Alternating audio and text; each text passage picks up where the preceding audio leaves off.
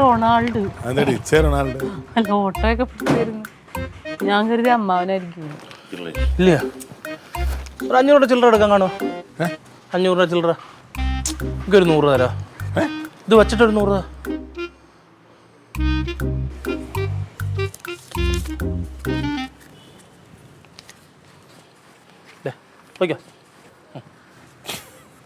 Auto ഒക്കെ പിടിച്ചേ. പക്ഷെ സാധനം കൊടുക്കാണ്ടായിരുന്നു, അതുകൊണ്ട് ഇറക്കി കഴിഞ്ഞ ഇങ്ങോട്ട് ചേർന്നാ പോയി. ഇനി 500 രൂപ ഞാൻ 500 ഞാൻ 500 രൂപ ചമയ്ക്ക് പൈസ തരാനുള്ളതില്ലേ?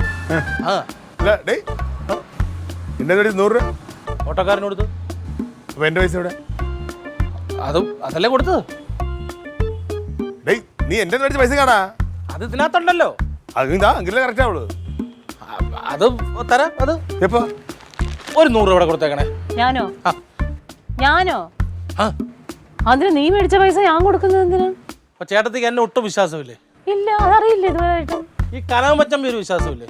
അച്ചമ്പി എന്തോരം പൈസ കൊണ്ട് ചെലവാക്കിയേക്കുന്നു. പക്ഷെ നിന്നെ എനിക്ക് ഒരു 100 കൊടുക്കില്ല ഞങ്ങളുടെ കയ്യില്. ഞങ്ങളെ വിശ്വാസമില്ലാത്ത ആങ്ങളെ ഒരു നാടടേ ഇത് പണിക്ക് പോയിട്ട് പൈസ കൊണ്ട് വരണം കേട്ടാ. അത് മാറിയിട്ട് എടാ വിളച്ചെടുക്കാൻ എൻ്റെ അടുത്ത്.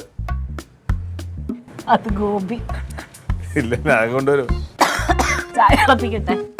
ഒരു 100 രൂപ. 100 രൂപ കടം മേടിക്കണേക്കെ കൊള്ളാം. 1000 രൂപ പാർട്ടി ഫണ്ടിലോട്ട് മേടിക്കും.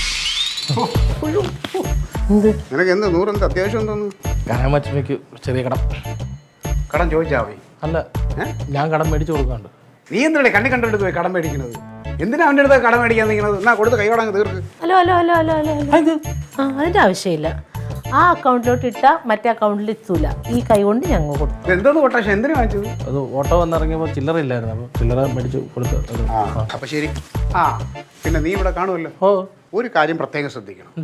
ഗിരിരാജൻ എന്ന് പറഞ്ഞാൽ അങ്ങേര് ഇങ്ങോട്ട് വന്നിട്ടുണ്ട്. ഒരു കാരണവശാലും ആ മനുഷ്യനെ ഈ വീടിനകത്തോട് കയറ്റരുത്. എന്ത് കാണോ? എന്ത് കാണണം? എന്ത് പ്രശ്നം? ഇവിടെ കാലത്ത് അങ്ങേര് വന്നിറങ്ങിയപ്പോ എന്തോ ഉടായിപ്പോട്ടാണ് വന്നത്. എന്താ പ്രശ്നമുണ്ട്? അപ്പൊ ഞാൻ അവിടെ നിന്നിട്ട് എന്താ അമ്മാവാന്ന് ചോദിച്ചപ്പോ ഒരു മൈൻഡും ചെയ്യാതെ ആ കനക നമുക്ക് അകത്തുനിന്ന് സംസാരിക്കാൻ പറ്റും. കനകനെ വിളിച്ചോണ്ട് പോയി. നിങ്ങൾ അറിയേണ്ട കാര്യമായിരിക്കൂല. അതുകൊണ്ട് എന്ത് മോശം? അറിയേണ്ട കാര്യമാണല്ലോ. അറിയേണ്ടാത്ത കാര്യമല്ലോ. ഒരാളൊരു കാര്യം ചോദിച്ചാൽ മറുപടി പറയണ്ടേ? അതിന്റെ മറുപടി പറയാത്ത കയ്യിലിരിപ്പിന്റെ എന്താ കയ്യിലിരിപ്പടി? എന്താ കയ്യിലിരിപ്പ്? അനന്തരവളെ കെട്ടി അനന്തരവനല്ലേ? അപ്പൊ അത് പറയണ്ടേ? അതുമല്ലേ 4 പേര് അറിയുന്ന ഒരു പ്രമുഖനല്ലേ? ഇനി അതും അല്ലെങ്കിൽ കൊടങ്ങാങ്കുള റൊണാൾഡിന്റെ ചേട്ടനല്ലേ?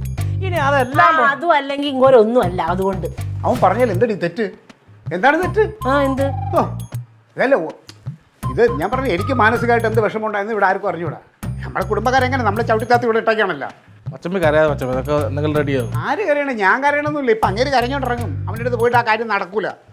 കരഞ്ഞോണ്ടിറങ്ങും. അങ്ങനെ ഞാനിവിടെ വരുന്നത് ഒത്തിരി നാളായി. ഒരു വയോവൃത്തന്റെ ദീന രോദനം കേട്ടു.